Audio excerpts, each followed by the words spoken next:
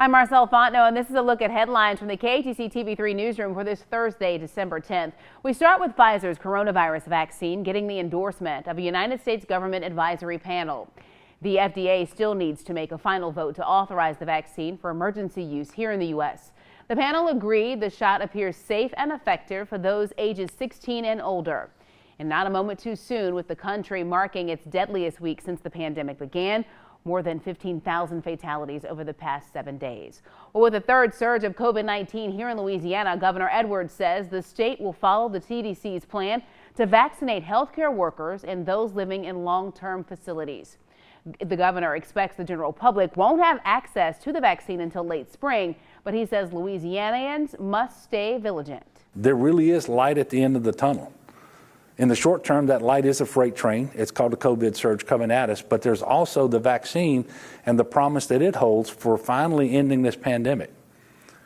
But until we can get there, we need people here to embrace all of these mitigation measures.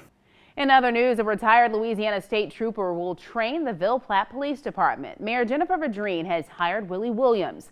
Williams will be in charge of training new and current officers, as well as developing training methods. You may remember earlier this year, Mayor Vadrine considered declaring a state of emergency in Ville Platte because of crime. She says she believes Williams will have a tremendous impact on the police department. A toy drive is underway to help children impacted by Hurricanes Laura and Delta. The Kiwanis Club of Acadiana and United Way have teamed up to sponsor this drive. The drive started today. Donations can be dropped off at Rock and Bowl next Thursday or at the UL Alumni Center Monday through Friday. Well, turning to weather, we're talking about a Christmas toy drive, Bradley, but feeling like spring out there today. Certainly feeling like spring out there, Marcel. In fact, it's not going to be nearly as cold overnight tonight into tomorrow morning. Temperatures only falling back into the mid and upper 50s here across Acadiana. Some patchy fog possible first thing tomorrow morning, but it's not going to be quite as dense as what we've been dealing with the last couple of mornings, so certainly that's the good news.